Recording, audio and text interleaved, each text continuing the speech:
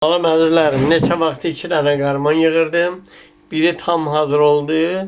İndi ikisini də qoyacağım internetə. Həmi kim istəsə gəlsin, baxsın, alsın. Toy qarmanı, sənətkar qarmanı. Bir də ki, ən əziz adamlara göndərəcəm ki, görsünlər mənim işim yenə alındı Allah'ın köməkliğiyle. Özde güzel içinin blanklardaki Filipovski blankdan ancaq mən yığıram, başka şeyden yığmıram. O viyatka deyirlər, elə o Filipovun blankından olan qarmanlardır. İndi çalın bir dənə internete koyayım, siz de bakın.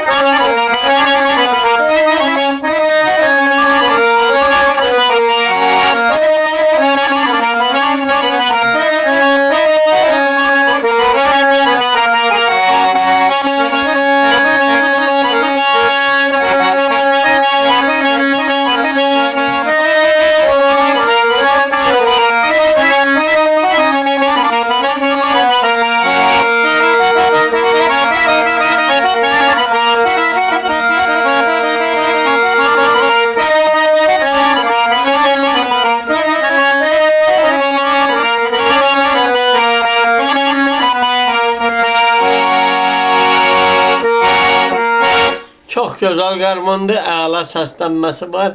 Hələ çalındısan da gözəlləşəcək. Sağ olun, var olun. Kim istəsə 050 563 84 16 telefonuna zəng vursun. Dəyişmək də olur, satmaq da olur.